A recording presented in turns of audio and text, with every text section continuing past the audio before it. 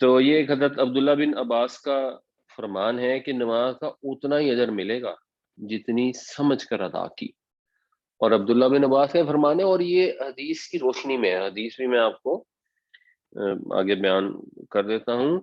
تو common sense کی بات ہے کہ جب آدمی نماز پڑھا ہے، جب اپنے رب سے مکالمہ کر رہا ہے، گفتگو کر رہا ہے، تو اس کا دل پوری طرح اپنے رب کی طرف متوجہ ہو، اور جو وہ گفتگو کر رہا ہے اس کو پتہ بھی تو ہو کہ میں کیا گفتگو کر رہا ہوں، اور اگر پتہ ہے تو پھر اس پہ فوکس ہونا چاہیے، تب ہی اس نماز میں اثر پیدا ہوگا اور تبھی وہ نماز صحیح ہوگی۔ نبی کریم صلی اللہ علیہ وسلم نے فرمایا کہ ایک آدمی ہے جو نماز پڑھتا ہے اور ساری رکعتیں پڑھ کے چلا جاتا ہے، لیکن اس کو نماز پڑھنے کا جو وہ اجر ملتا ہے وہ 1/10 مل جاتا ہے، یا 1/9 مل جاتا ہے، یا 1/8 1/7 1/6 4/3 یا ہاف ملتا ہے۔ مطلب کیا پورا کیوں نہیں ملتا؟ کیونکہ باقی میں اس نے توجہ نہیں دی ہوتی۔ تو نماز کے اندر توجہ ہونی ضروری ہے۔ اب حضور کا فرمان بنیادی طور پہ تو عربوں کے لیے، ان کو تو عربی آتی تھی، انہیں تو مطلب آتا تھا، تو وہ بھی اگر نماز پڑھ رہے ہیں ان کو مطلب بھی آتا ہے، لیکن اگر ان کی توجہ نہیں ہے نماز میں، یعنی وہ سوچتے سمجھتے ہوئے نہیں پڑھ رہے ہیں، تو ان کو پھر اجر نہیں ملے گا اس کا۔ اور اگر مطلب ہی نہیں آتا پھر تو آپ کی توجہ ہو ہی نہیں سکتی نا، پھر توجہ کیسے ہوگی اگر آپ کو پتہ ہی نہیں آپ کیا کہہ رہے ہیں؟ تو اس لیے اس پہ فوکس کریں انشاءاللہ۔ ہم جو پاکستان کے رہنے والے ہیں ہمیں بڑی سہولت ہے کہ اگر ہم ذرا سا غور کریں تو ہمیں چیزیں بڑی آسانی سے ریلیٹ کر کے یاد ہو جائیں گی، مسئلہ نہیں ہوگا۔ اب ہم دیکھتے ہیں کہ ہم عام بول چال میں استعمال کرتے ہیں السلام علیکم، تم پر سلامتی ہو، یہ ہم سب کو پتہ ہے اس کا یہ مطلب ہے کہ جب ہم ملاقات کریں گے تو ہم کہیں گے بھائی تم سب پہ سلامتی ہو، السلام علیکم۔ اور جب درود پڑھتے ہیں یا نماز میں بھی پڑھتے ہیں تو ہم کہتے ہیں السلام علیکہ یا رسول اللہ، السلام علیکہ ایھا النبی، مطلب اس کا بھی یہی ہے کہ تم پر سلامتی ہو، لیکن اس کا مطلب ہوتا ہے تو ایک پر۔ تو ہمیں معلوم ہے کہ ہم کامن جب ملتے ہیں، چاہے ایک بندے سے ملے زیادہ ملے، تو سب کو ہم کہتے ہیں السلام علیکم، لیکن جب ہم خاص حضور کے اوپر درود بھیجتے ہیں تو ہم کہتے ہیں السلام علیکہ۔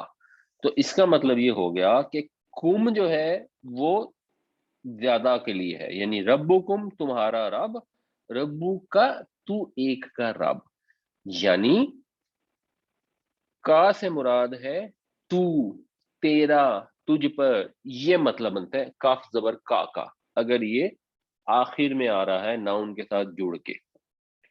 تو اب یہ یاد کرنا کوئی مشکل نہیں ہے، اس کو ذہن میں رکھیں۔ دوسرا ہم سب کو معلوم ہے سبحان اللہ، اس کا مطلب ہے اللہ پاک ہے، اللہ ہر نیگیٹو چیز سے مابرا ہے، اس میں کوئی شارٹ کمنگ نہیں ہے۔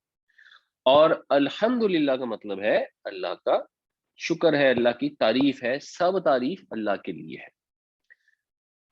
اور تعریف جو ہے وہ پازیٹو ایسوسیشن ہے، جو بھی گڈ ایٹریبیوٹ ہیں وہ سب کے سب اللہ کے ہیں۔ تو جب ہم سبحان اللہ کہیں، الحمدللہ کہیں، تو یہ فیلنگ ہونی چاہیے سبحان اللہ، یا اللہ تو پاک ہے، تو کسی بھی کمی کوتاہی سے پاک ہے۔ الحمدللہ کریں تو ہم کہ یا اللہ تیرا شکر ہے، جتنی بھی نعمتیں ہیں، جتنی بھی پازیٹیو چیزیں ہیں، ساری تیری ہی طرف سے ہیں۔ تو اب یہ بھی ہم سب کو آتا ہے۔ اس کے حساب سے اگر آپ دیکھیں تو شروع ہوتی ہے نماز سبحانک اللہم، تو سبحانہ کا میں ایک پارٹ ہے سبحانہ اور دوسرا پارٹ ہے کا۔ تو سبحان ہو گیا پاک، کا مطلب ہے تو، تیرا، تو سبحانہ کا مطلب ہو گیا تو پاک ہے۔ اب اس کو یاد کرنے میں کوئی مشکل نہیں ہونی چاہیے، ویری ویری سمپل۔ سبحانہ کا تو پاک ہے، اللہم، اللہم میں اللہ تو سمجھ آ ہی رہا ہے، اللہم کا مطلب ہوتا ہے یا اللہ، تو یا اللہ تو پاک ہے۔ واہ، واہ بھی ہم اردو میں استعمال کرتے ہیں، روز و شب میں واہ ہوتا ہے، روز اور دن اور رات، رنج و غم میں واہ ہوتا ہے، تو واہ کا مطلب ہوتا ہے اور۔ تو یا اللہ تو پاک ہے، اور بحمدی کا بے بھی استعمال ہوتا ہے، مثلا بذریعہ ڈاک، ڈاک کے ذریعے سے، بخوبی، خوبی سے، خوبی کے ساتھ، تو بحمدی ہو گیا حمد کے ساتھ، اور بحمدی کا میں پھر وہی آ گیا تیری حمد کے ساتھ۔ تو سبحانک اللہم، پاک ہے تو اے اللہ، و بحمدکا، اور تیری تعریف کے ساتھ، پھر آگے ایک وا اور آگے، اور اب یہ تھوڑا سا غور کرنے والی بات ہے کہ اور تیری تعریف کے ساتھ اب پھر ایک اور آ گیا، اس کا مطلب ہے بیچ میں کوئی چیز محذوف تھی، کوئی چیز مسنگ ہے جو انڈرسٹوڈ ہے. تو انڈرسٹوڈ یہ ہے کہ یا اللہ تیری تعریف کے ساتھ میں نماز کی ابتدا کرتا ہوں، یا اللہ تیری تعریف کے ساتھ میں دعا کرتا ہوں، یا اللہ میں تیرے سے التجا کرتا ہوں تیری تعریف کرتے ہوئے. وَبِحَمْدِكَ وَتَبَارَكَ، تبارک بھی تبریک اردو میں استعمال ہوتا ہے، ہدیہ تبریک. مبارک اردو میں استعمال ہوتا ہے، اس کا بھی مطلب بڑا واضح ہے، مبارک ہے. کیا مبارک ہے؟ اسمو کا، اسم بھی، اسم گرامی، آپ کا اسم گرامی کیا ہے ہم سب کو پتا ہے، یعنی آپ کا نام کیا ہے، اور کا پھر وہی آ گیا اسمو کا، تیرا نام. تو اب یہ جو پہلا جملہ ہے بڑی آسانی سے اس کا مطلب سمجھ آ جاتا ہے. سبحانک اللہم و بحمدک و تبارک اسمک، اے اللہ تو پاک ہے، میں تیری تعریف کرتے ہوئے تجھ سے التجا کرتا ہوں، اور تیرا نام مبارک ہے، برکت والا ہے. و، اور تعالی، اب تعالی بھی اللہ تعالی ہوتا ہے، عالی شان ہوتا ہے. عالی شان کون ہوتا ہے؟ جس کی شان اونچی ہو. تو تعالی کا مطلب ہے اونچا، بلند. اور بلند ہے جدو کا. اب جد بھی ہم اردو میں استعمال کرتے ہیں، جد امجد، آباؤ اجداد، جو ہمارے بزرگ ہوتے ہیں ان کو ہم اجداد کہتے ہیں. تو جد کہتے ہیں بزرگی کو، اور جدو کا تیری بزرگی، اور تیری شان، تیری بزرگی بلند ہے. واہ، اور لا الہ، لا الہ تو کلمہ سب کو مطلب آتا ہے، لا الہ الا اللہ، کوئی معبود نہیں. تو لا الہ کوئی معبود نہیں، غیرو کا، غیر بھی اردو میں استعمال ہوتا ہے، غیر ملکی جو دوسرے ملک کا ہو. پھر یہاں کا آ گیا تو غیرو کا، تیرے سے دوسرا، تجھ سے ہٹ کر، تیرے سوا دوسرا.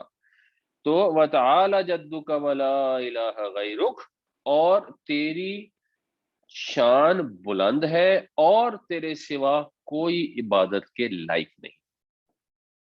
سبحانک اللہم و بحمدک و تبارک اسمک و تعالی جدک ولا الہ غیرک، اگر آپ اس کا انالیسس کریں گے تو یہ سارے کے سارے الفاظ ہم اردو میں استعمال کرتے ہیں، ہمیں معلوم ہے ان کا مطلب کیا ہے.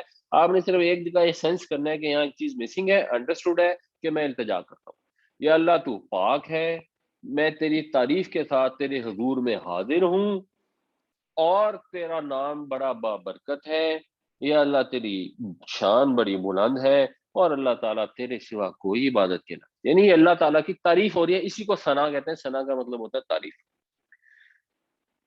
اچھا، اس کے بعد اب اگر ہم اعوذ باللہ کریں گے تو اس میں ہمیں یہ دو چیزیں ذرا دیکھنی چاہیے. اعبدو کا مطلب ہوتا ہے میں عبادت کرتا ہوں. تو الف جب شروع میں آتی ہے مضارع میں تو اعبدو میں عبادت کرتا ہوں، کروں گا بھی اس کا مطلب ہو سکتا ہوتا ہے. اور نہ ابدو کا مطلب ہوتا ہے ہم عبادت کرتے ہیں. تو یہ الف اور یہ نون اس کو ذہن میں رکھنا ہے. اب یہ اس میں یہ تھوڑی سی ایک ایفرٹ آ گئی، یعنی پیچھے تو ایکچولی ایفرٹ تھی ہی نہیں، پیچھے تو بہت ہی آسان تھا، اس میں اس طرح وہ ورب یوز ہی نہیں ہوئے تھے. لیکن جب ورب یوز ہو رہے ہیں تو بیسیکلی جو مضارع یوز ہوں گے وہ مینلی یہی یوز ہو رہے ہیں جن میں الف اور نون آتا ہے. ماضی کا ایک استعمال ہوگا سورہ فاتحہ میں، اس کو بھی تھوڑا سا یاد کر لیں گے جن کو نہیں آتی عربی. اچھا، نعبدو کا مطلب ہوتا ہے ہم تیری عبادت کرتے ہیں. اور یہ جو کا ہے عربی میں ایک سسٹم ہوتا ہے کہ جب آپ نے ایمفیسس کریٹ کرنا ہوتا ہے تو الفاظ آگے پیچھے کر دیتے ہیں، جب اردو میں بھی ہم ایسے ہی کرتے ہیں. یعنی اگر ہم کہیں گے کہ ہم عبادت کرتے ہیں تیری، اب اس میں ایمفیسس ہے، ہم تیری عبادت کرتے ہیں، یہ ایک جملہ ہے، ہم عبادت کرتے ہیں تیری، اس سے ایمفیسس آ جاتا ہے جب ہم اس کو آگے پیچھے کر دیا. تو اسی کا کو اگر ہم پیچھے لے جائیں گے تو کا نعبدو کر دیں گے تو اس سے ایمفیسس آ جائے گا، اس کا مطلب ہو جائے گا ہم تیری ہی عبادت کرتے ہیں. اور کا نعبدو پڑھنا مشکل ہوتا ہے تو اس کے ساتھ ایک یا لگا دیا جاتا ہے، یا کا نعبدو. تو اب یہ چیز ایک دفعہ ذہن نشین ہو جائے تو یا کا نعبدو کا مطلب بھی آسان ہے کہ اللہ ہم صرف تیری عبادت کرتے ہیں، تیرے سوا ہم کسی کی بات نہیں کرتے. اچھا الف سے جو تھا وہ تھا آبدو میں عبادت کرتا ہوں، یہاں ہے اعوذ، اور اس میں ایک ملتا جلتا اردو میں لفظ استعمال ہوتا ہے تعویذ، تعویذ استعمال کیا جاتا ہے حفاظت کے لیے. تو اعوذ کا مطلب ہوتا ہے میں حفاظت میں آتا ہوں، میں پناہ میں آتا ہوں، باللہ اللہ تعالی کی، میں اللہ کی پناہ میں آتا ہوں، من، یہ بھی اردو میں استعمال ہوتا ہے، من جانب لکھا ہوتا ہے خط کے پیچھے، آگے نام لکھا ہوتا ہے، من جانب محمد رضوان یعنی محمد رضوان کی جانب سے، من حیث قوم ایک قوم کی حیثیت سے، تو من ہو جاتا ہے سے. اعوذ باللہ من، میں پناہ میں آتا ہوں، میں حفاظت میں آتا ہوں اللہ کی سے، کس سے؟ الشیطان، شیطان سے اللہ کی پناہ میں آتا ہوں. اور شیطان کے اوپر تھوڑا سا مزید اگر غور کر لیں تو یہ جو فولان کا وزن ہوتا ہے نا، اس سے طغیان ہوتا ہے، طوفان ہوتا ہے، جس میں بہت زیادہ انٹینسٹی ہوتی ہے. تو شیطان ایکچولی اس ہستی کو کہتے ہیں جس میں بہت زیادہ سرکشی ہے، بہت سرکشی والا. اسی وزن پہ ایک اور لفظ آئے گا، اس کو بھی دیکھتے ہیں. اچھا اس کے بعد ہے شیطان الرجیم، یہ بھی ہم سب کو پتا ہے کہ رجم کا مطلب ہوتا ہے سنسار کرنا، پتھر مارنا. تو رجیم وہ ہے جس کو پتھر مارے گئے ہوں، دھتکار دیا گیا ہو، مردود. تو شیطان الرجیم ہو گیا شیطان مردود، پھٹکارا ہوا، پتھر مار کے بھگایا گیا. اور رجیم میں فعیل کا وزن ہوتا ہے، فعیل میں ایک ٹائم فیکٹر ہوتا ہے جو مسلسل ہو، کنٹینیو، یعنی وہ مسلسل مردود ہے، اس کے اوپر پھٹکار پڑی ہے اور کنٹینیوڈ ہے. تو اعوذ باللہ من الشیطان الرجیم، میں پناہ میں آتا ہوں اللہ کی شیطان مردود سے، یعنی شیطان مردود کے شر سے. یا اللہ شیطان ہمارا بڑا دشمن ہے، تو ہمیں اس سے بچا. تو جب یہ پڑھیں اس کے اندر یہ فیلنگ لائیں کہ ہمیں شیطان بہکاتا ہے، اس کے بہکاوے میں آ کے ہم غلط کام کرتے ہیں.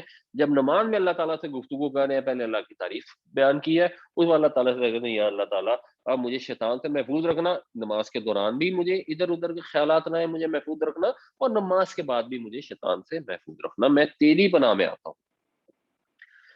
اچھا بسم اللہ، بے ہم نے ڈسکس کر لیا بخوبی وغیرہ میں کے ساتھ مطلب ہوتا ہے، اسم کا مطلب نام ہوتا ہے، اردو میں ہم استعمال کرتے ہیں. تو بسمی ہو گیا نام کے ساتھ، اللہ ہی اللہ کے نام کے ساتھ. الرحمن اس میں بھی وہی فولان کا وزن ہے جس کی رحمت بے پناہ ہے، جس کی انٹینسٹی رحمت کی بہت زیادہ ہے. اور الرحیم جو ہے یہ فعیل کے وزن میں ہے جس کی رحمت کنٹینیوڈ ہے، مسلسل ہے، نہ ختم ہونے والی ہے.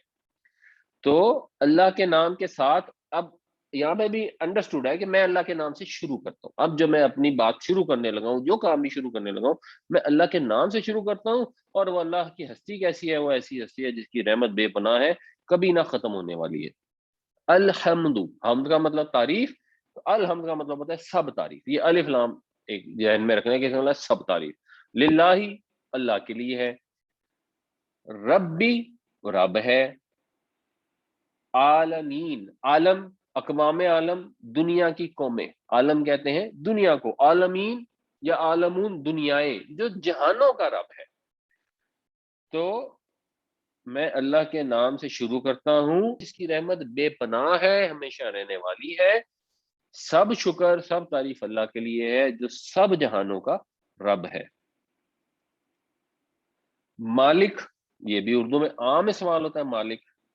یوم یوم آخرت، آخرت کا دن، یہ بھی سب استعمال کرتے ہیں. یوم آزادی، آزادی کا دن، تو یوم کا مطلب ہے دن.